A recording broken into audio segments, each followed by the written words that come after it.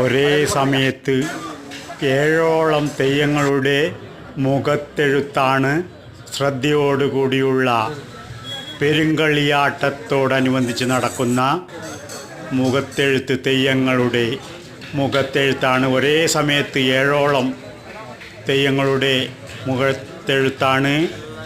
വളവട്ടണം കളരിവാതിക്കൽ പെരുങ്കളിയാട്ടം തെയ്യ സമാപനം കുറിച്ചുകൊണ്ടുള്ള 7ഓളം തെയ്യങ്ങളുടെ ഏറ്റവും വലിയ മുടി പെരുങ്കളിയാട്ടത്തിന്